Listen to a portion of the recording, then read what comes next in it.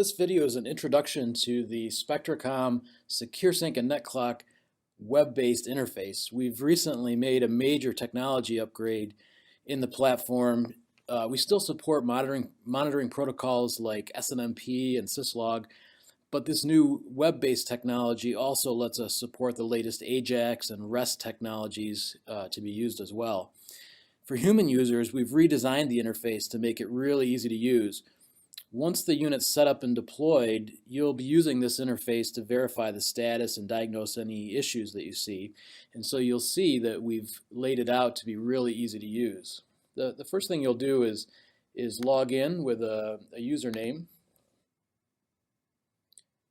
And I'll just describe what's shown here. First, you'll see the current time of the unit. And because I've set up a local clock, it's also showing the time in my local time zone here up in the upper left hand corner. It gives me my username, the ability to log out. If I have languages installed, I have the ability to choose another interface language. And at first we'll be supporting the classic interface as well. So if you're used to the existing interface of the SecureSync, you can click this button and use that one instead.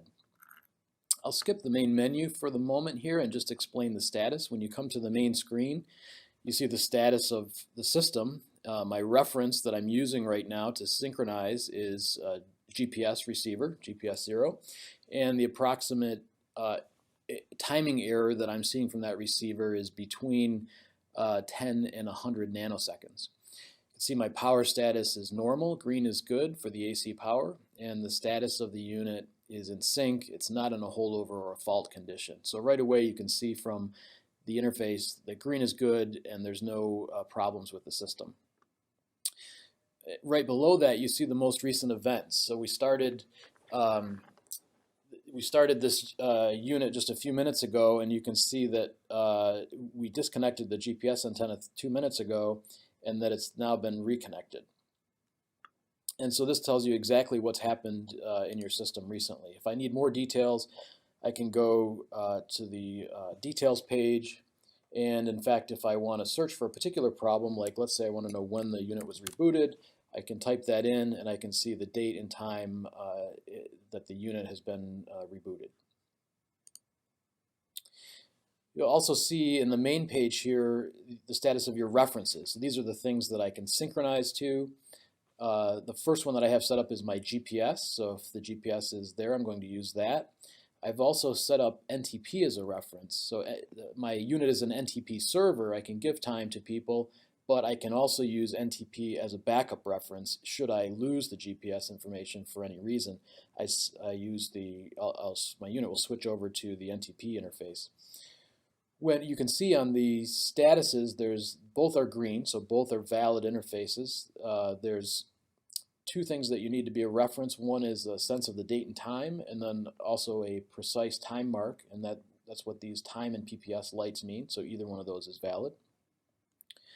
Then below I can see the performance of my system, the disciplining state of the internal oscillator. It's in a lock condition, and it has about a 21 nanosecond phase error and a very small frequency error as well.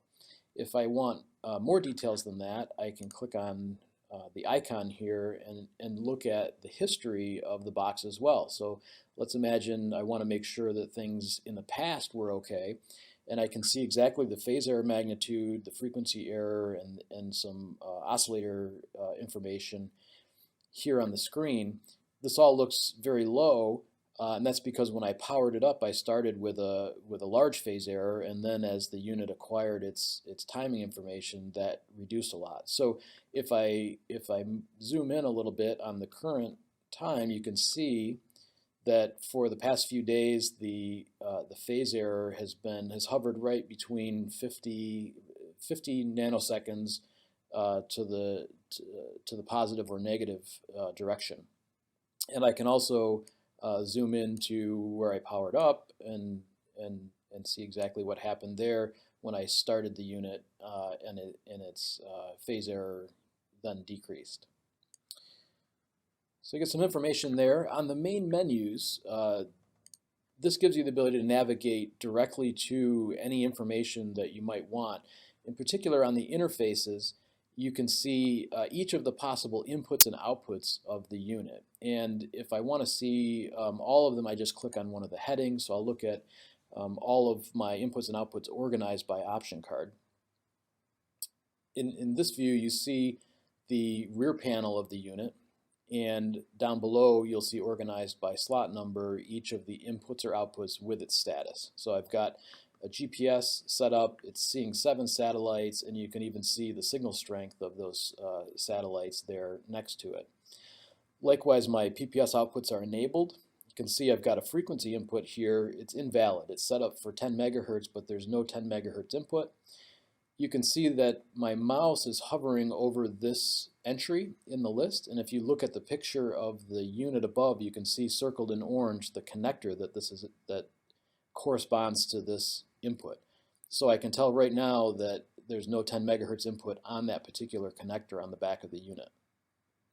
Likewise, if I can go the other way. If I'm interested in, for example, this connector, I can click on that connector and I'm immediately taken to its status and settings down below. So again, this is set up for an automatic format detection, but it's not seeing a valid format there because there's nothing connected.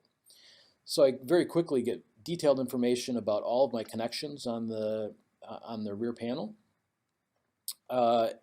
There's also several other screens that you'll be able to look through. I'll look briefly at the NTP page.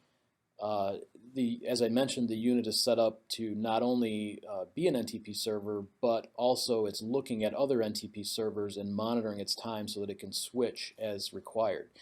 On this page, you can see a variety of security setup selections. You can turn your NTP server on and off, and you can see that it's currently selecting the system time as a reference. It's acting as a Stratum 1 server, some other statistics as well as the a graph of the recent time offset and frequency offsets from the NTP server. And on the right, you get the status of all the NTP servers that are in place. The system time means that I'm able to sync to my system. So my GPS reference is what I'm synchronized to currently. I've also set up a generic online server from ntp.org, and you can see from the status that it's in touch with that server, but it has a delay of approximately 20 milliseconds, and so it's not using that. It's in a solution. So this is a server that's close by. It has about a 0.3 millisecond offset, and so the NTP has chosen to use that one in my internal reference, and it's excluding the one that's further away. If these were not available, then it would switch to this, this pool.ntp.org server. So you can see from this introduction that the unit gives you very comprehensive information, and also about faults. If something happens to one of your references, like let's say your GPS antenna becomes disconnected, you'll see that status immediately on the main page of the unit. So you can see immediately what's happened here. I'm in my unit is still in sync, but there's a fault, and I've got a minor alarm because I have a GPS antenna problem because I've taken it off. And you can see that the time from the GPS is now considered invalid. However, the NTP is still valid, so I've switched my reference to NTP1. And so I'm now synchronized to NTP, and I'm providing time to my clients based on my NTP server status.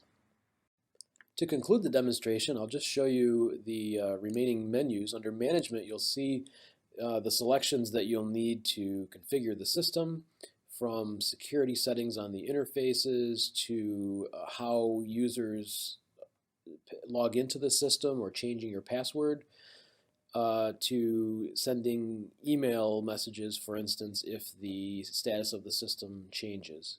And under Tools, you have the tools you need to upgrade the system, for instance, or back up and save the configuration of the unit, to reboot or halt it, and even some detailed system logs if you care to look at them. And then also the Help menu as well, where you can find service contact information.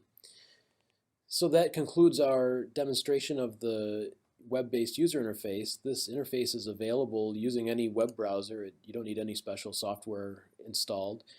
In fact, even with mobile phone interfaces where you might have less screen space, the interface will automatically resize itself so that it's very easy to read and use even on a narrow screen. We hope you enjoyed this introduction. Find out more at Vicom's website.